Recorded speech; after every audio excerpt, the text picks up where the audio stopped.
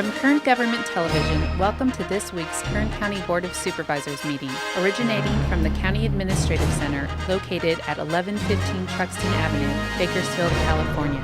Kern County's vision is to create and maintain a customer-centered county government designed to garner the confidence, support, and trust of the people we serve. Today's Kern County Board of Supervisors meeting will convene momentarily.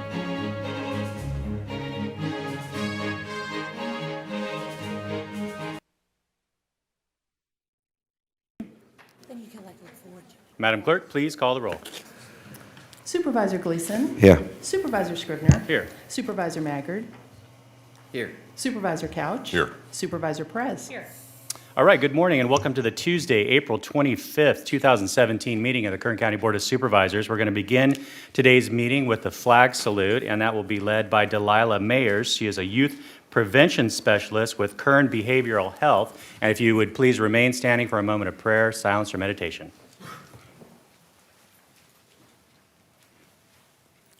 Ready? Begin. I pledge allegiance to the flag of the United States of America and to the republic for which it stands, one nation, under God, indivisible, with liberty and justice for all.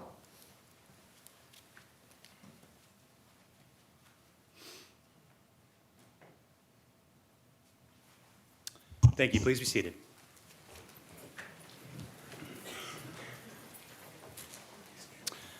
All right, if you'd like to follow along with our agendas, they are located at the two tables near the doors in the rear. We're going to begin today with our consent agenda. All items listed with a CA above the item are considered to be routine and non-controversial by county staff. Consent items will be considered first and may be approved by one motion. If a member of the audience wishes to comment or ask questions regarding an item or items on the consent agenda, they may do so prior to a vote being taken on the consent agenda. A member of the board may remove any item from the consent agenda, and it will be considered in listed sequence with an opportunity for any member of the public to address the board concerning the item before action is taken. So this time I will read the consent agenda items. Starting on page 2 of our agenda, items 1 through 7 are on consent, as well as item 11. And on page 3, items 12 through 15 are on consent, as well as item 19. Then on page 4, items 20 and 21, as well as 23 through 26, and then item 28 are on consent. On the next page 5, all items 29 through 37 are on consent. On page 6, all items 38 through 46 are on consent. On page 7, all items 47 through 55 are on consent. Page 8, all items 56 through 63 are on consent.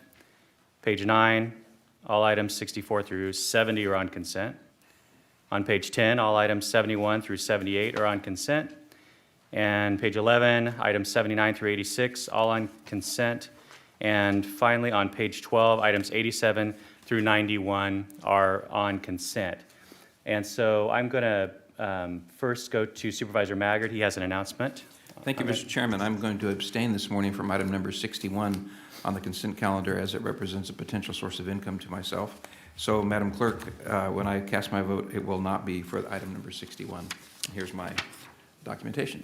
Thank you, Supervisor Maggard. Thank you, Mr. Chairman. Now, thank you. And now I'll ask if there are any members of the public that would like to make any comments on the consent agenda. Okay, seeing none, I'll now turn to the board, ask if they would like to remove any items, or I will request a motion. Motion on consent. Second. You have a motion and a second. Please cast your votes. Motion is approved. All ayes. Thank you. And now we will go back to page 2 on our agenda under resolutions and proclamations. Item number 8 is proclamation to proclaim May 6th through the 13th, 2017 as Correctional Officers and Employees Week in Kern County, and Supervisor Perez will make this presentation. Thank you, Chairman. Motion on proclamation. Second. You have a motion and a second. Please cast your votes. Motion is approved. All ayes.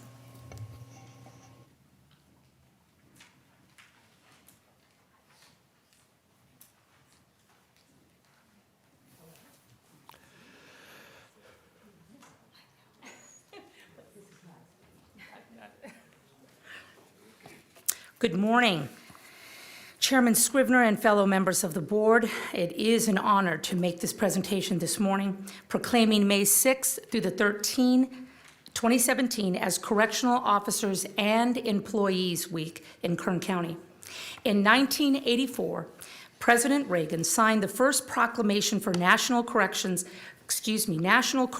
Officers Week, and in 1986, the name was changed by the U.S. Senate to National Correctional Officers and Employees Week to recognize the many contributions made to our nation by all of those who work tirelessly in our correction system.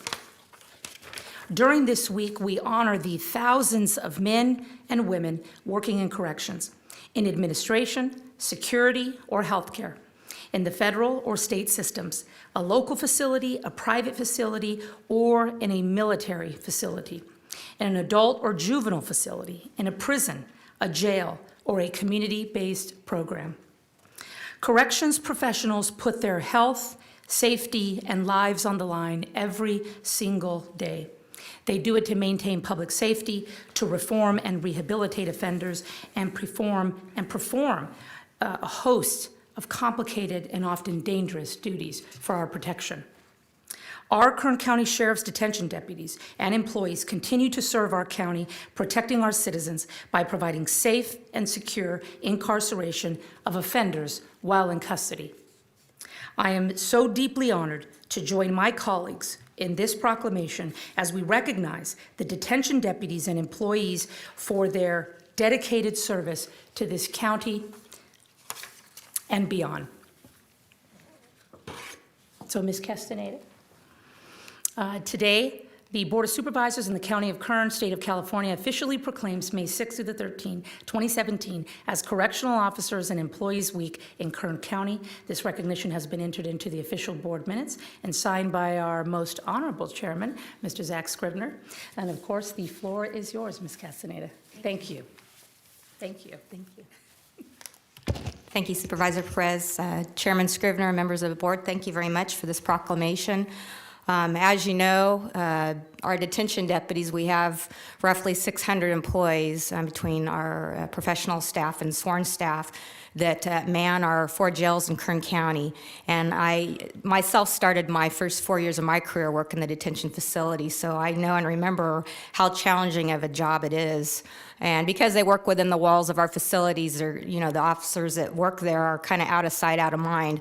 But I can tell you firsthand that it's an extremely challenging job. It's an extremely challenging atmosphere to work with, and we do have a challenging number of clientele that we have to deal with day in and day out. And you've got a lot of dedicated detention deputies in this county, along with probation officers who do a very good professional job without hesitation or complaint every single day.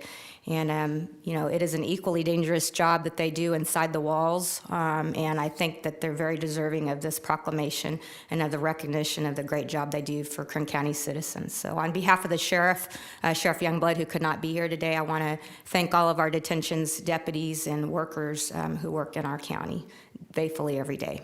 Thank you. Off the cuff. Impressive. Very good. Thank you, Chief Castaneda, and thank you, Supervisor Perez. Very well deserved. Thank you. And next item on our agenda, item number 9, is a certificate of recognition to Oildale Leadership Alliance in honor of Love Oildale Day and its commitment to the community of Oildale. And Supervisor Maggard will make this presentation.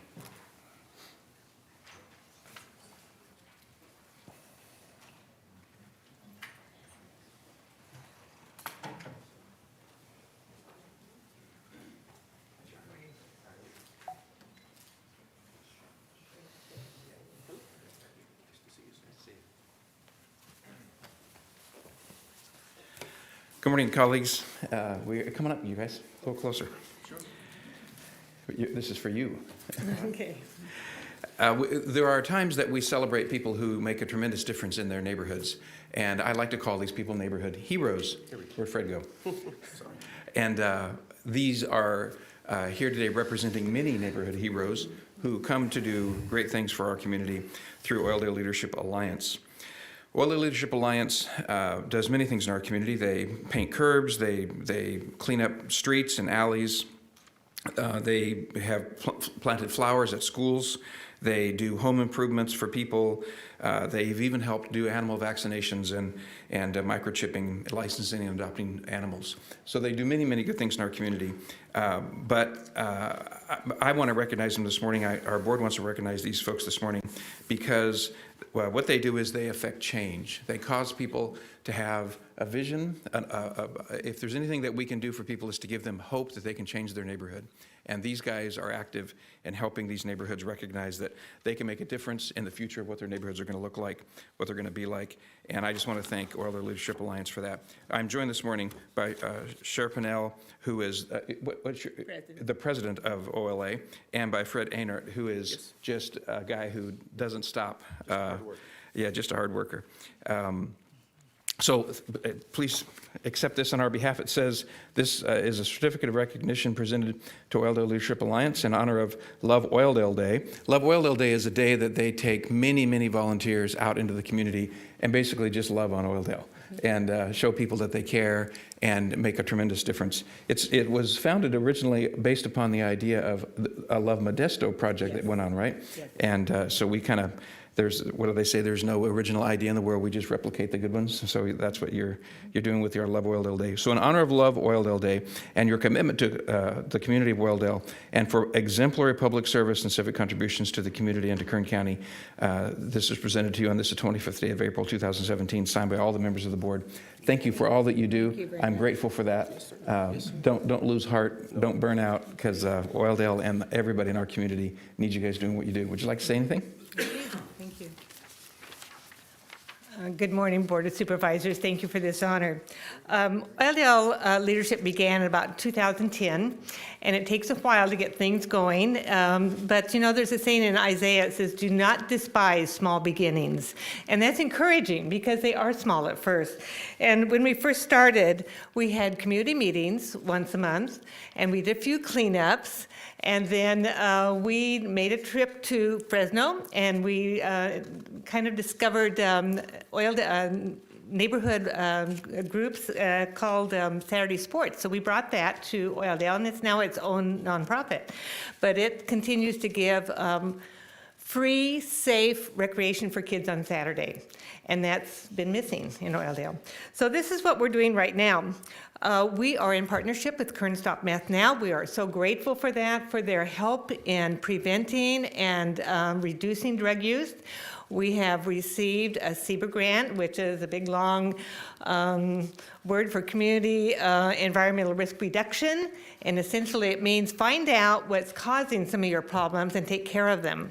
So this grant directly addresses underage drinking, because that's when kids start using methamphetamine and other drugs, is when their will is just bent by the alcohol. And so we now have monthly meetings at North High. North High has been a great partner. And we had 25 people there last night, and they come from diverse backgrounds, and they have a lot to say, and they care about Oildale, and more things are being done when you collaborate with others. So these are all not big-time people from organizations, but they're neighbors who say, we want to make a difference in our community. So we are now with that going to retail stores that sell liquor and offering stickers that say, we will not serve underage drinkers. And that's currently being done. It's being done successfully. It's being received well, and those stores will receive training if they so desire. And we are also identifying homes that are abandoned, where kids are gathering to drink. And that has just begun. We're just in the very beginning of it. We have a draft of how we're going to do it, so it is really in the very beginning. But a lot of this came from the Love Modesto idea of having a day of volunteerism. We just had it on April 8th. We had about 100 volunteers. We've had as many as 250 volunteers, which we're always gratified to see. It's brought the people of Oildale together. And we're gratified to see that so many people want to make a difference in their community. We're really impressed by that, because I was told that wouldn't happen.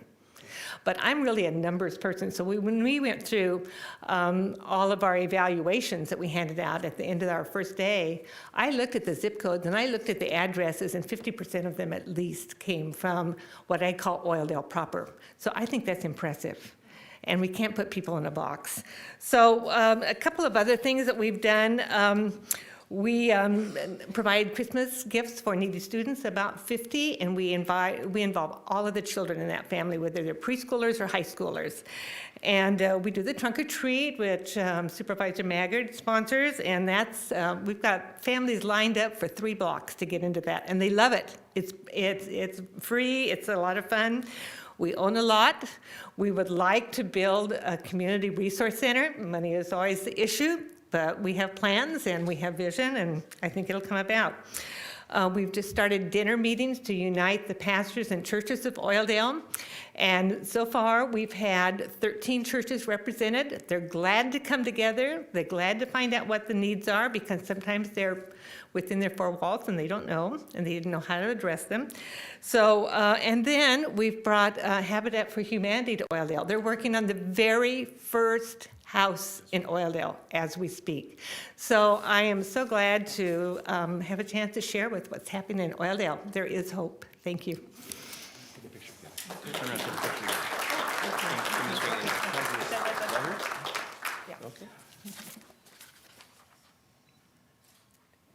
Thank you. Very good. Very good. Thank you. Thanks for what you do. Very nice. Very good.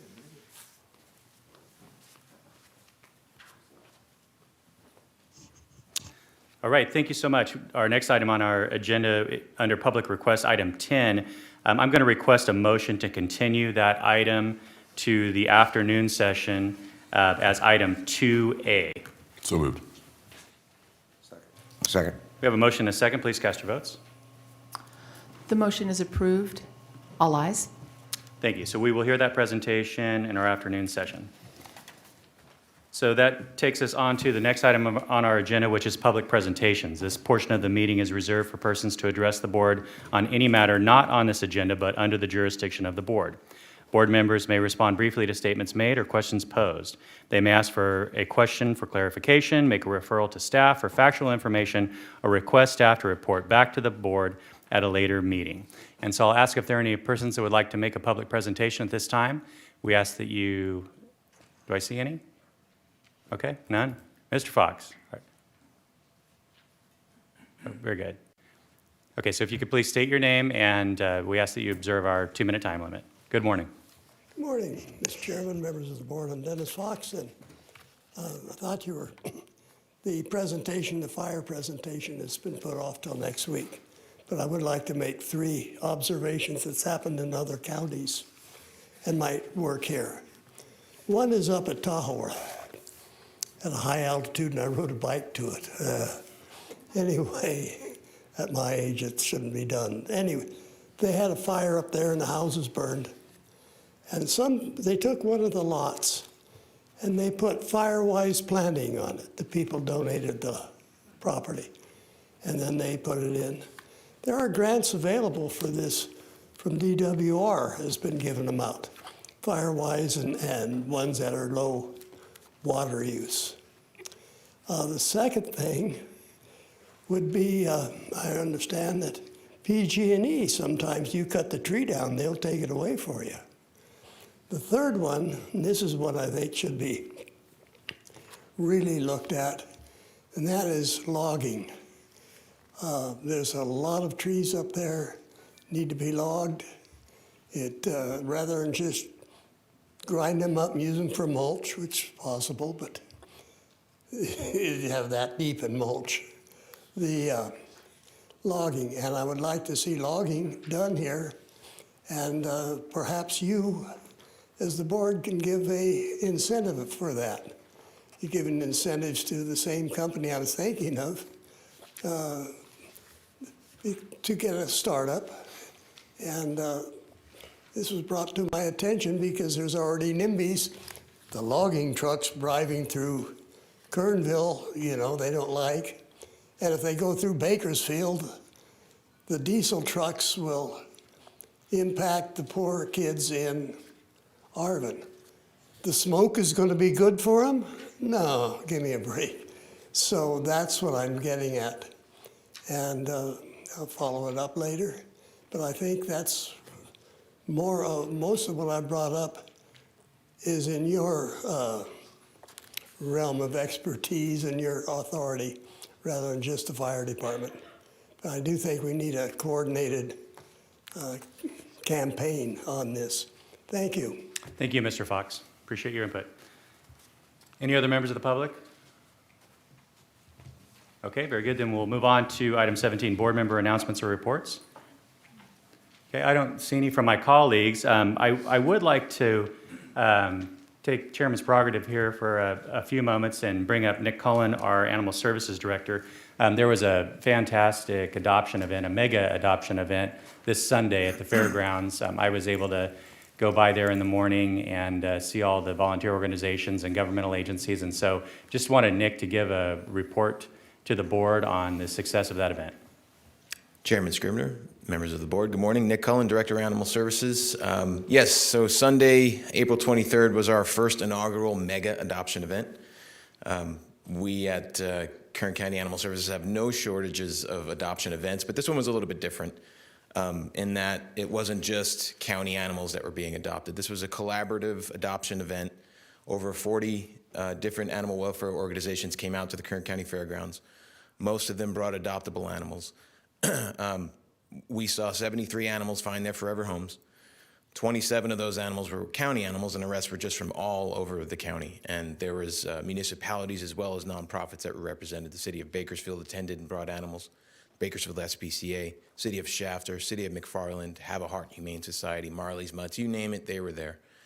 And I think the most impressive thing that we saw, it's always nice to find 73 animals' homes, but the most impressive thing we saw was that almost 2,000 people came through the gates and came to take advantage of the resources that were available to them. So we were very happy, and I believe, from what I understand, so were the other organizations who were involved.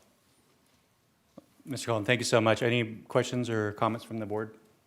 We appreciate your report very much and all the efforts that you put into making that event such a success. Everybody was smiling and having a great time and enjoying just the camaraderie and collaboration that event represented. So thanks so much. Thank you. Appreciate it. All right. We're going to move on now to our next item. Item 18, this is under Aging and Adult Services. This is a request to accept an in-kind donation from IKEA for flat woven floor rugs and woven storage baskets valued at $6,000. And so we have Lito Murillo. He heads up the Aging and Adult Services Department. Good morning, Mr. Murillo. Good morning, Mr. Chairman, members of the board. Lito Murillo, your Director of Aging and Adult Services. I'd like to thank you for the time and opportunity to come before you. I wanted to take this opportunity to recognize IKEA Corporation for their recent donation of home goods to our seniors in this community. Over the last 2 years, IKEA has graciously donated various items to our seniors. These items include memory foam bed pillows, chair pillows, 4,500 slippers, scented candles, and more recently, area rugs and baskets. These donated items have gone to various seniors in our community who are low income, have no means to purchase these items on their own, and many are unable to leave their home because of their health condition. I've had the privilege and honor to distribute these items at various senior centers, and I can tell you the look on their face when we give them these items is truly priceless, and it's honestly the best part of my job altogether. We're very fortunate to have IKEA as a partner in this community. Through IKEA's generosity, we were able to make a senior's life a little bit better. So, again, thank you to IKEA for what they do and what they donated over the last couple of years. Thank you. I'm joined today by Shannon Harper from IKEA. She is the sustainability developer. Do you have anything you'd like to add? Or? I would just like to say we are very humbled by the recognition by the Aging and Adult Services, and thank you for hearing. Thank you. Thank you so much. We greatly appreciate your donation. Thank you. Thank you. All right, fantastic.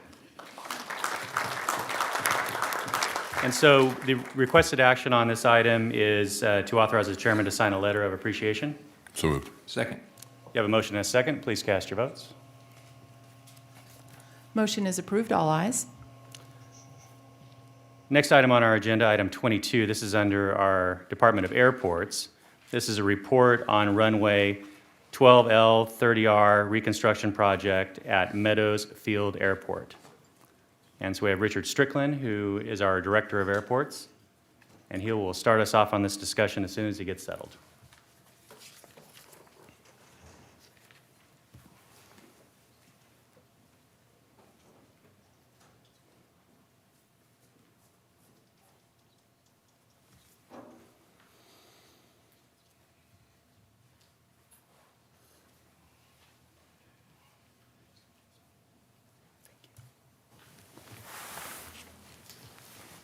Good morning, Chairman Scrivener, Board of Supervisors. Pleasure to be here this morning. This is an update on the Phase 2 Meadows Field Runway 30 right reconstruction project. Phase 2 will entail the south 3,420 linear feet of the runway, the approach lighting system, the runway edge lighting system, the eastern runway shoulder, reconstruct of 3,100 linear feet of the east half of the runway and the touchdown zone lighting, removing 2 more connector taxiways and constructing 1 replacement taxiway. A couple of photo images since the construction began approximately 26 days ago. This is the closure of the main runway at Meadows Field. Eastern runway shoulder being removed, replacing the eastern runway shoulder. The approach lighting system, each one of those objects there on the runway in the picture is 1 lighting system for the runway.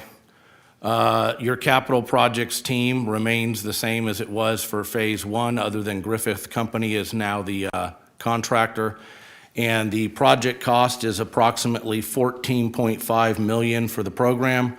And the Department of Airports is providing the match money of approximately $1.4 million. And if you have any questions, I'd open it up.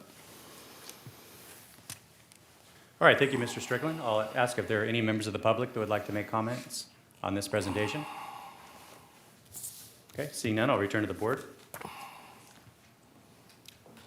Now motion on the issue. Second. Okay, we have a motion and a second. Please cast your votes. Motion is approved, all ayes. Mr. Strickland, thank you so much for the update. Thank you. And the next item on our agenda is item 27. This is under Behavioral Health and Recovery Services. Our department head is Bill Walker, and so I'll ask Bill Walker to start us off. This is a presentation on activities related to the Kern Stop Meth Now Coalition. Good morning. Good morning. Thank you, Chairman Strickland. Thank you. I have my assistant here to make sure any flub I do gets fixed quickly. So let me start again and say thank you, Supervisor, Chairman Scrivener, members of the board. Good morning. Before I start, I want to also just say I was really pleased to see your article in yesterday's paper. I want to compliment the board, CAO Alslop, and the department heads for the Lean Six Sigma work that we're initiating under your leadership, and I just want to thank you for that. And we thank you for your leadership and participation. Thank you. Thank you. So starting with our first slide, again, Bill Walker, Director of Behavioral Health and Recovery Services. Joining me is Adrian Buckle and many people in the audience on the Kern Stop Meth Now Coalition. If you see by the second slide, since 2009, we've actually been operating this coalition under the direction of this board. And the Kern Stop Meth Now Coalition was formed with the support and dedication of many county agencies, community-based organizations, and community members.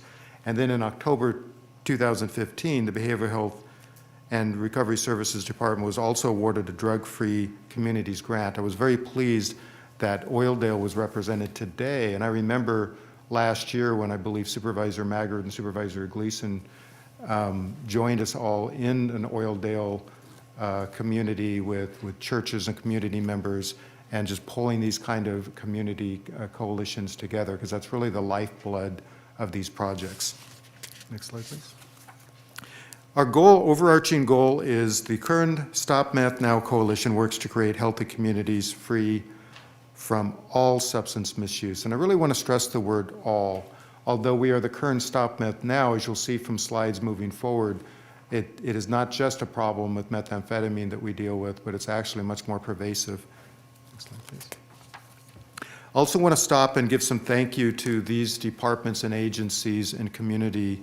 As you'll see, the Bakersfield Police Department, CASA, Clinica Sierra Vista, differential response from Department of Human Services, the DA, the DEA, the DHS, Flood Ministries, Garden Pathways, Kern County Network for Children, Lift of Bakersfield, Prevention by Design, our Public Health Department, our Sheriff's Office, STEPS, TASK, Transforming Local Communities, the wonderful company, and with that, though not listed, are several church organizations and different agencies of faith, plus the community groups themselves. And I would like to read a few names that have been heavily involved in the coalition over the years, and if you'll stand when I read your name, Chevy Garza, and if you'll remain standing, Meseret Springer, Linda Everston, I don't believe she's here, but Dina Murphy, Heidi Carter, Lee Felix, Tom Stewart, Adrian Buckle.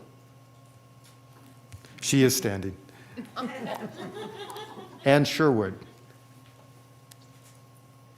Dixie King, Ashley Glover from KCSO, Commander Tim Melanson of KCSO, Commander Larry McCurtain from KCSO, Lieutenant Avery Simpson of KCSO, and Lieutenant Gary Carrasco of BPD, Rachel Rivera from BPD, Kate Batista from Public Health, Elita Valdez from Clinica Sierra Vista, and any others that have been involved in the coalition through the years, if you could stand at this time. And I'd like us to just give you a round of applause for your work.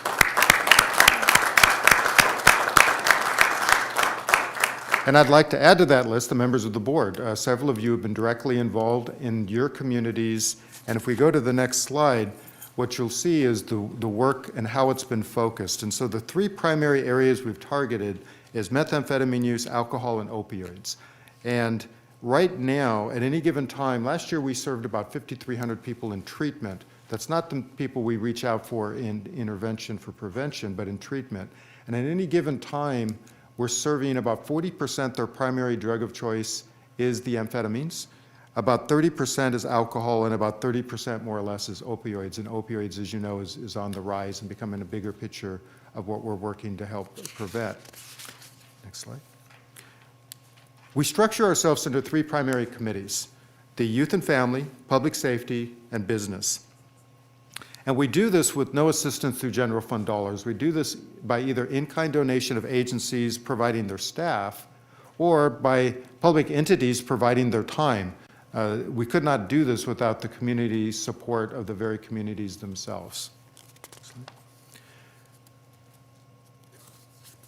So each of these committees actually develops a primary overarching target. And for the youth and family, that target was increasing the number of pregnant women entering treatment by 10%. Targeting pregnant women who may be abusing drugs and getting them into treatment early both helps them and literally often takes a whole family back in to a place of healing. The second one is the Public Safety Committee. We increased the number of Kern County residents engaged in neighborhood watch programs. Neighborhood watch programs reduce crime and reduce drug use. And third, the Business Committee worked to increase the quantity of prescription medications collected and destroyed throughout Kern County. So under youth and family, pregnant women and treatment, Kern BHRS, Public Health, and Clinica Sierra Vista collaborated to develop referral processes for public health workers to direct and link at-risk perinatal clients to substance use services. I really like this next point. They actually trained in motivational interviewing 26 healthcare staff. And so it isn't just something we thought maybe they should do, but use an evidence-based program so when people are coming in, they inquire, they help to motivate through a series of trained interventions, and then link to treatment. Continuing pregnant women in treatment, the healthcare and human services workers begin providing clients contact cards with substance use, so when they leave, they actually have a card that goes with them. And there's a phone screening system was established for easy substance use, so they can actually call, and just with that phone call could get right into treatment. They don't even have to show up someplace at this point. It just takes a phone call. And the number of pregnant women entering treatment through Kern Behavioral Health was increased 32%. The engagement in Neighborhood Watch under the public safety, the coalition coordinated with law enforcement to establish information sharing to assist in connecting with Neighborhood Watch groups. And I love this next line. There are approximately 1,288 Neighborhood Watch programs in Kern County. Those are community-based, direct, and I know in my neighborhood there's one. These are our people helping our people of our communities, 1,288. And we've added to this engagement in the Neighborhood Watch programs, the first bullet. In collaboration with BPD and the Sheriff's Office, a Neighborhood Watch survey was conducted with the block captains, determining level of engagement in areas of interest related to substance abuse. And in response to that survey's feedback, the coalition designed a brochure, which you see the cover of, and a plan to increase awareness and enforcement of social host ordinance. Moving to the next goal is under the business committee is the Prescription Drug Coalition. You'll see or the prescription medication collection, that the goal is to protect against theft and misuse of prescription medication as well as improper disposal, which is harmful to our water supply. And so in fiscal year 2015-16, 1,200 pounds of prescription medication was destroyed. If you go to the next slide. You'll see that we're actually adding this year more kiosks to be able to place them around the communities so people can drop off their medications. It may not seem like much, but the number of people who don't finish a prescription, leave it in a shelf, and somebody later maybe steals it or abuses it is actually a phenomenally high level of abuse. And so this one act here reduces and takes off the street just a vast amount and quantity of medications. I want to point out some additional things that are happening with the coalition activities. Family dinners make a difference. As you've seen, every year we parade and give you some stuff about family dinners make a difference. Well, in addition to that, this year we've actually targeted through CalWorks 65 at-risk families to actually work with them to strengthen their family dinners make a difference activities. The prescription drug training, the coalition is coordinated with medical professionals to host a training on safe prescribing practices for opioid medications. It's funny, I had a surgery a few years ago after a bad motorcycle accident, and both the doctor, the nurse, and then when I picked up my medication, they all had a little note that they gave me in writing and a little lecture to tell me about the misuse of the drugs and medication, and I'm smiling thinking, yeah, I really appreciate that. That's really what it's all about. And then the last bullet, community-based risk reduction with coalition support. Oildale, which was here in front of you just a minute ago, became the location for a funded community-based environmental risk reduction coalition.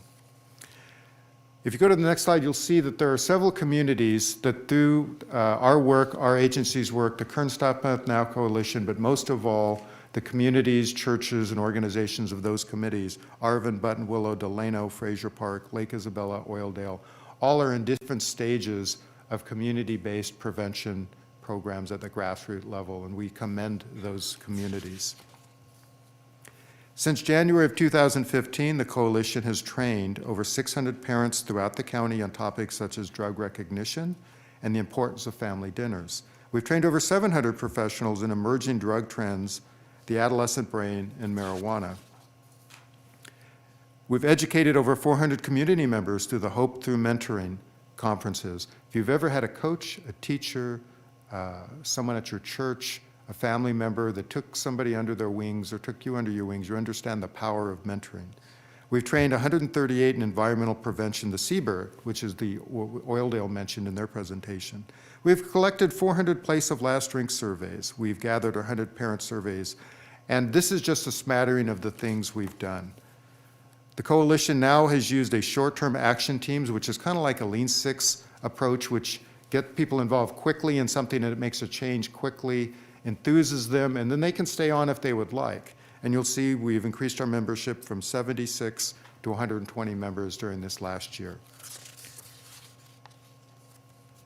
So in a final comment, I'd like to say the Kern Step Meth Now Coalition looks forward to continuing to support substance abuse prevention and treatment efforts in Kern County.